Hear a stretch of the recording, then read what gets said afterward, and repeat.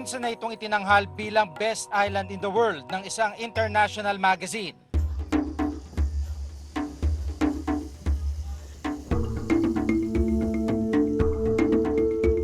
Patuloy rin ang pagtaas ng bilang ng mga turistang bumibisita rito taon-taon. May tuturing nga na isa sa may pagmamalaking yaman ng bansa ang isla ng Boracay. Pero sa paglipas ng panahon, ang pagdami ng mga turista, istruktura at establishmento rin ang itinuturong dahilan kung bakit unti-unti raw nasisira ang isla.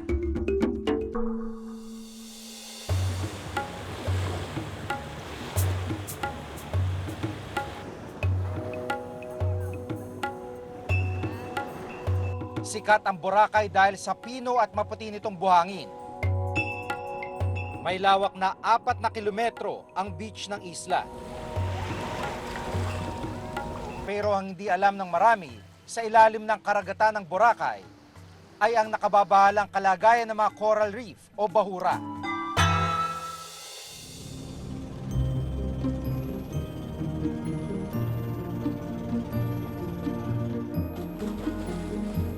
Kasamang Sangkalikasan Producers Cooperative, grupong nagsusulong sa preservation ng coral reef ng Boracay. Sinisid ng aming grupo ang karagatan. Sa lalim na mahigit 30 talampakan, tumambad sa amin ang kakaunting bilang ng mga coral reef. Kokonti lang din ang mga isdang makikita rito. Ayon sa pag-aaral ng Bureau of Fisheries and Aquatic Resources o BIFAR noong 2012, 70% ng coral reef ng karagatan ng Boracay may tuturing ng dead reef. Mahalaga mga coral reef dahil ang mga ito ang pumipigil sa mga alon na nagiging dahilan ng erosion o pagguho ng lupa tuwing may bagyo. Ito rin ang nagsisilbing tirahan ng mga isda. Starting the year 2000 when tourism started to come into the island, we've noticed a steady decline in the coral reef areas. We've noticed that we've had a progressive loss of beach, sand, and beachfront area. Ayon sa Sangkalikasan, isa sa dahilan ng pagkasira ng coral reef ay ang angkla ng mga bangkang dumadaong sa isla. There were several studies completed by different organizations and by different groups throughout the years. And makikita natin na slowly and progressively, from 95% to 98% of our coral reefs have already been damaged. Pero bukod sa ilalim ng karagatan, kapansin-pansin rin ang unti-unting pagguho ng shoreline ng Boracay. Noong 2011, nagsagawa ng erosion research ang United Nations Educational, Scientific and Cultural Organization o UNESCO at UP sa Boracay. At lumalabas sa pag-aaral ng sanhi ng sand erosion o pagguho ng buhangin ay climate change. Patuloy raw kasi ang pagtaas ng sea level sa Boracay. Pero mas pinabilis pa raw ng commercial development o mabilisang pagdami ng mga infrastruktura sa isla ang problemang ito. Unang nanirahan sa isla ng Boracay ang mga katutubong ati, pero noong taong 1986, nagsimulang maging destination ng backpackers ang isla. Sa mga panahong ding ito, nagkaroon ng supply ng kuryente sa isla. 1990 na magsulputan na ang mga beach resort sa Boracay. At kasabay ng pagdami ng mga local at foreign tourists na naakit sa white sand ng Boracay, umusbong ang iba't ibang resort hotel at establishmento rito. Ayon sa urban planner na si Architect June Palafox, nagkakaroon ng tinatawag na donut development sa isla. Ang gitna, wala halos development. Planning is balance. You can see the big imbalance between development of the waterfront and development of the inside. Sa tala ng Department of Tourism, papataas ang bilang ng mga turistang bumibisita sa 12 taon. Mula 264,000 tourists noong 2001, umabot na ito sa 1.2 million noong 2012. Aminado naman ang lokal na pamahalaan na may overdevelopment nga sa bahaging ito ng isla. Sa bisa ng Local Government Code, ibinibigay na sa local government unit ang pamamahala sa Boracay. Kaya silang may pananagutan sa anumang nalalabag na batas ukol sa pangangalaga ng isla. Kaya nga meron tayong mga CLUP ngayon na inaayos ng national at saka local government. Dito sa Long Beach nito, medyo overdeveloped, pero marami pang lote na halos maraming bakante. Ang Comprehensive Land Use Plan ng Boracay na tinutukoy ni Sakapanyo ay ang municipal ordinance na nilikha noong 2008. Dayon nitong magkaroon ng maayos sa plano kung anong lugar sa isla ang pwedeng pagtayuan ng mga business establishment. Pero malinaw raw na hindi naman ito nasusunod ayon sa urban planner na si June Palafox. Hindi natutupad. One thing wrong with our governance, not just this administration, they don't have any institutional memory or they do not continue from one administration to the other. Yung overdevelopment, there's a certain development threshold. Ano lang kayang development capacity ng Boracay in terms of water supply, in terms of livability, in terms of the environment. Gobyerno natin maraming plano yan. Ayaw naman masisira yung isla. Kaya nga sabi ko na meron tayong mga meeting na ginagawa para magkaintindihan. Pagdating sa implementation, hindi na magtuturoan. Kaya bago sa tapos ng eleksyon nito, uupuan yan. Sa bisa naman ng isang kautusan ng DNR noong 2009, nagkaroon ng 30 meters easement rule kung saan ipinagbabawal ang pagtatayo ng kahit anumang istruktura 30 metro mula sa shoreline ng Boracay.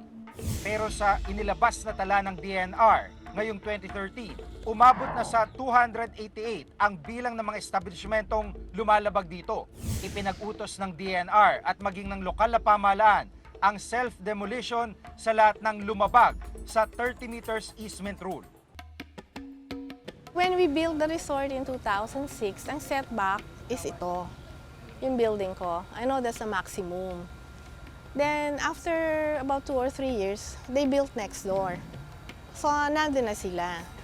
So kita mo nakaungos na. Kaya doon nagkakaroon ng kalituhan. Alam nila yan. Di ba? Ayaw na natin umabot dun sa sama-sama. Dapat hindi na kailangan na sisihin mo yung local government, sisihin mo yung national, DNR.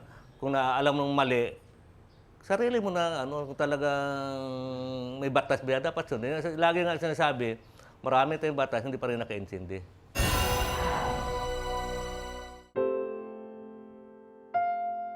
Sana makasulat na lang sila ng pangalan, makapagbilang.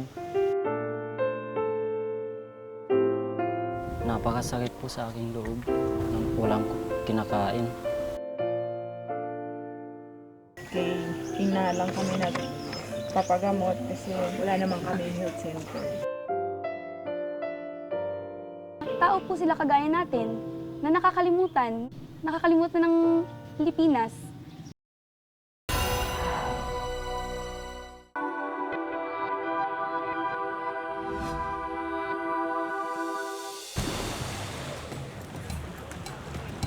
Isa sa mga nasa listahan ng DNR na lumabag sa easement rule, ang resort ni Del Nora. Sa lahat ng nakausap naming nasa listahan, si Del Nora ang nagpaunlak ng panayam. Aminado siyang hindi nila nasunod ang 30 meters easement rule. That was an old structure na nung tinapos namin, hindi naman siya pwedeng pangit. So ginawa namin, but we never made it in concrete. Kasi alam namin na papasok siya sa 5 meters. So we are prepared na pag sinabi na, i-chop mo yung building, it's easy to do that. Sa paglago ng kanyang negosyo, nagpalawak siya ng ilang bahagi ng kanyang resort. When we built the resort in 2006, ang setback is ito, yung building ko. I know that's the maximum. Then after about 2 or 3 years, they built next door. So nandun na sila. So kita mo nakaungos na. Kaya doon nagkakaroon ng kalituhan. Asan ba talaga yung setback natin? Kasi I know this is the maximum nung ginawa ko. And this new building is actually, nandito na siya ngayon sa nandito na siya, which is in line na dun sa bagong setback na inano nila. This is the latest monument. This was placed when they did the cadastral survey. Kaya lang ang problema, this came na may mga buildings na. Naglabas man ng listahan ng DNR. Ang problema, wala raw strict implementation ng DNR at lokal na pamahalaan. Kaya hanggang ngayon, wala pa ni isang business establishment na nasa listahan ang nagsagawa ng self-demolition. Gusto sana namin i-clarify din sa DNR or DOT or implementor na ilabas yung kung saan ano ang reference point ba. Or ang aming gusto, ibalik sa dating may number yan, marker ng 25 meters na no-build zone. Noong 1998, na-establish na yung marker na yan. But then after that, may mga survey pa sila. So gusto sana namin i-plaster nila kung saan talaga yung reference point. Alam nila yan. Di ba? Ayaw na natin umabot dun sa sama-sama. Dapat, hindi na kailangan na sisihin mo yung local government, sisihin mo yung national, DNR. Kung alam mong mali, sarili mo na, kung talagang may batas ba, dapat sundin. Lagi nga sinasabi, marami tayong batas, hindi pa rin naka-intindi. Ang pagdami ng business establishment ang minsan naging dahilan na rin daw ng problema sa waste management system sa isla. Taong 2009 nang unang natuklasan ng Reporter's Notebook ang paglitaw ng mga septic tank sa ilang bahagi ng White Sand Beach ng Boracay. May ilang taon na rin nakakalipas nang itayo ang Boracay Island Water Company. Sila na ngayon ang namamahala ng sewage system ng Boracay. Nagtayo rin sila ng waste management system sa isla. Noong nakarang taon, ipinanukala ang Senate Bill 3275 na naglalayong magtatag ng Boracay Island Council. Binubuo ito ng iba't ibang ahensya ng pamahalaan na kinabibilangan ng DNR, DILG, Department of Tourism, NCIP at iba't ibang local government unit. Ang Boracay Island Council ang magsisigurong may patutupad ang land use plan sa isla. Tutukuyin din ng council kung saan pwedeng tirhan at kung saan ang pwedeng pagtayuan ng mga establishmento.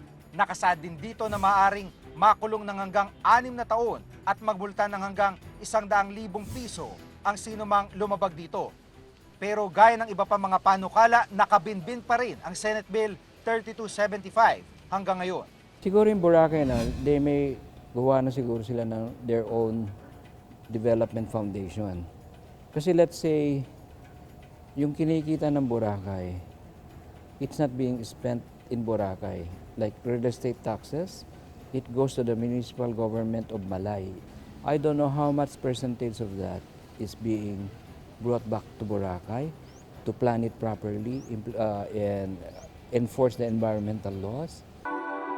Sa ginawang pag-aaral ng Ecosystems Research and Development Bureau o ERDB na nasa ilalim ng DNR noong 2009, lumalabas na malapit nang marating ng Boracay ang kanyang carrying capacity. Ayon sa isinagawang pag-aaral, may capacity na 10,116 swimmers at 16,703 na sunbathers ang Boracay. Sa tala ng Department of Tourism, nasa 9,362 kada araw ang turista ang pumupunta sa Boracay mula 2007 at 2008.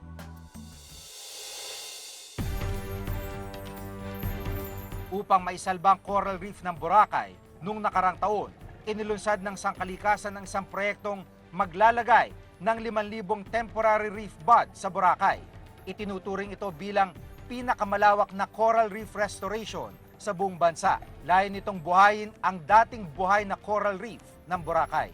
We ourselves, we were not conscious of how valuable the coral reefs were to us or how important the seas or the coral reefs are in maintaining the environment of Boracay, the marine environment of Boracay. Hindi may tatangging isang Boracay sa dahilan ng paglago ng turismo sa bansa. Isa itong may pagmamalaki nating yaman. Pero sabi nga ng isang lumang kasabihan, anumang sobra ay masama. Bago pa man tuluyang mawala ang nakabibiganing ganda ng Boracay, dapat ay may sagawa muna ang pagprotekta sa isla bago ang interes ng ilan. Ako si Jiggy Manicad at itong nakatala sa aking Reporter's Notebook. Diyan sa daanan, mga alok-alok, ganun-ganun. Tanong ko sa kanya, hey, excuse me, go. Then, sabi niya, walking on the beach, together with me, you like? I have only one prize, 1,000. I say you, maybe all young, ugly, beautiful, I have only one prize.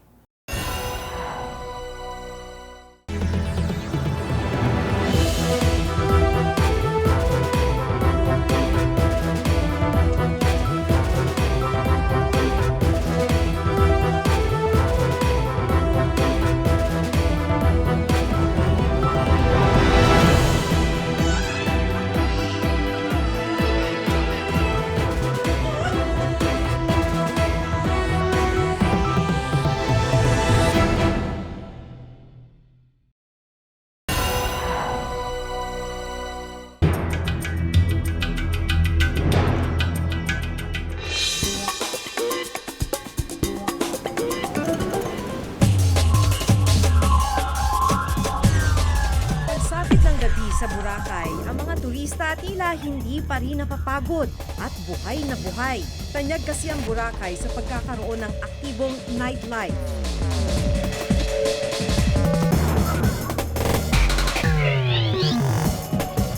Kabi-kabila mga party at kaganapan, kanya-kanyang pakulo ang mga establisyamento.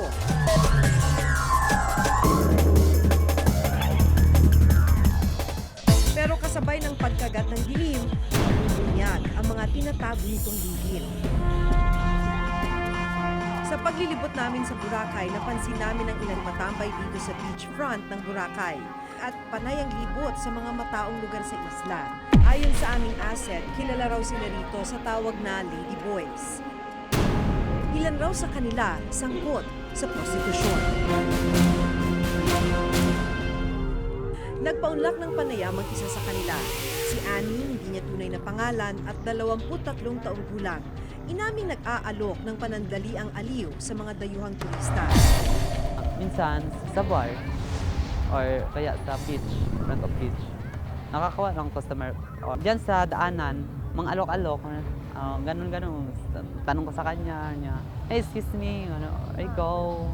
Then sabihin niya, walking in the beach, together with me, you like, ganun, yayain ko na siya na, I want to talk first here at the front of beach. Ayun na. Tapos i-invite niya ako na mag-inom kami sa bar. Minsan foreigner, iba-iba din kasi may mga bakasyonista din ng taga Manila na naghahanap ng ladyboy, ganun ba? Nirecruit daw siya ng isang kaibigan mula rito sa Boracay. Kumikita raw sila ng 1,000 hanggang 1,500 pesos kada kliyente. 1,500, 500, ganun. Depende sa customer ko. Halimbawa, baguhan yung customer, kon ka ng price ng bonggang-bongga. Pero kung mga datihan na, alam na kasi yun, may mga guide na. Minsan, nakaka-10,000 din. Pag steady ka sa hotel niya, mga 1 week, ganun. Cash talaga yan, 10,000. 8 taon na raw niyang ginagawa ang ganitong kalakaran. Ayon kay Annie, ginagawa nila ang transaksyon sa loob mismo ng hotel, kaya madali silang nakalulusot sa mga otoridad. Walking lang. Alam naman kasi yung ng pulis kung sino yung bad at yung walang ginagawa. Sa tala ng Interagency Council Against Trafficking o IACAT, tinatayang nasa 400,000 hanggang 500,000 ang bilang ng mga prostituted persons sa bansa. Kabilang na ang gaya ni Annie.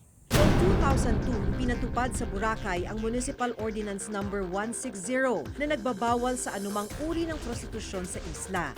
Walang datos ang lokal na pamahalaan kung ilan ang bilang ng prostituted persons sa Boracay. Nang tanungin namin ang lokal na opisyal ng Boracay kung paano nakalulusot sa kanila ang ganitong kalakaran. Yan ang naging problema dito sa Boracay. Walang lugar na identify mo. Parang labas-pasok lang yung ginagawa dito ng mga gano'n na negosyo. Yung mga barangay supported naman. Dilo na mga barangay tanod kasama yan sa implementation, DSWD at saka MAP at saka police. Pero bukod sa mga ladyboys, may ilang menor de edad daw na sangkot sa bentahan ng laman. Nakilala namin sa Boracay si Christine. Hindi niya tunay na pangalan, 17 taong gulang. Isang residente ng Katiklan, Panay Island, kalapit na isla ng Boracay. Kapag ganitong summer at dagsa ang mga turista, dumarayo raw siya rito para mag-alok ng panandaliang aliw. Pupunta sa diskuhan. Nung may kasama, nung niyaya po ako ng barkada ko, yung sanay na po sa Boracay. Ayun, nagsama-sama po ako sa kanila. Bali, nagmamasal siya, tapos sumasama po ako. Di, wala siyang kasama, niyayaya niya ako sumama. Di, ayun, sumama po ako. Sa ganitong kalakaran daw niya nakilala ang isang Amerikanong customer niya. Meron po akong na kano po. Kumikita po kami ng bawat sa isang linggo, isang beses lang po. Lang po yung binibigay niyang allowance sa akin, 1,000 lang po. Kada pag pumunta po ako doon ng bawat sa isang linggo, isang beses lang po. Kasi may konsepto na ang babae ay kasama sa kino-commodify. She's a commodity na pwedeng kasama sa advertisement, sa pagbenta, kahit ng lugar ng Pilipinas. Tinatayang nasa 75,000 ang bilang ng mga prostituted minors sa bansa. Sa pag-aaral naman ng UNICEF, pumang-apat ang Pilipinas sa may pinakamaraming prostituted children sa buong mundo. Noong taong 2012, umabot sa 1.2 million ang bilang ng turistang bumisita sa Boracay. Kabilang dito si Pierre, kanya tunay na pangalan, isang French national. 25 taon na raw siyang nagpapabalik-balik sa Boracay. Inamin niyang naranasan niyang kunin ang serbisyo ng mga prostituted women sa isla. I am a man. They approach me. There is business for her. But sometimes if I look one, I can look. I have only one price, 1,000. I tell you, maybe all young, ugly, beautiful, I have only one price. Ayon sa Center for Women's Resources, hanggat marami pa rin ang kumakapit sa patalim, tila magpapatuloy ang ganitong kalakaran. Lalo na sa mga mahihirap dahil sila naman ang nabibiktima niyan. Sila ang vulnerable dahil sila yung ino-offera ng malaki. So silang natitempt kasi dahil sa kagutuman at kahirapan ng bansa, nakikita nila ito bilang isang means to survive. Kawalan ng intensitibong pagbabantay daw ng pamahalaan ang dapat na pag-ibayuhin upang mapigilan ang ganitong kalakaran. Kung tutuusin, marami-raming batas ang dapat sana ay puprotekta sa mga biktima ng prostitusyon. Gaya na lamang ng Revised Penal Code at Republic Act 9208 o Anti-Trafficking Act na nagpaparusa sa sino mang sangkot sa prostitusyon. At ang Republic Act 7610 o ang Special Protection of Children Against Child Abuse, Exploitation and Discrimination Act na pumoprotekta naman sa karapatan ng mga bata laban sa pang-aabuso. Lokal man o dayuhan, maaaring maparusahan kapag napatunayang lumabag nito.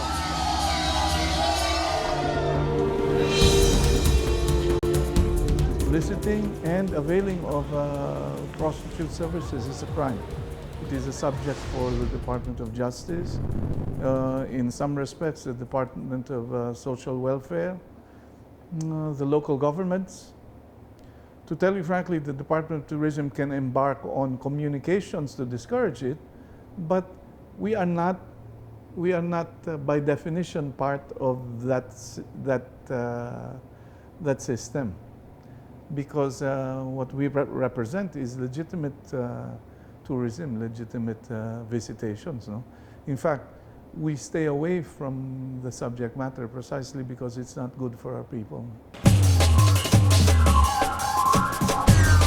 Hindi may kakailang mahalaga ang papel ng turismo para sa ating ekonomiya. At para sa isang bansang nabiyayaan ng makapigil-hiling ng mga tourist destination gaya ng Boracay, panahon na para magkaroon ng mas maigpit na pagbabantay ang mga otoridad. Ako si Maki Pulido at ito ang nakatala sa aking Reporter's Notebook.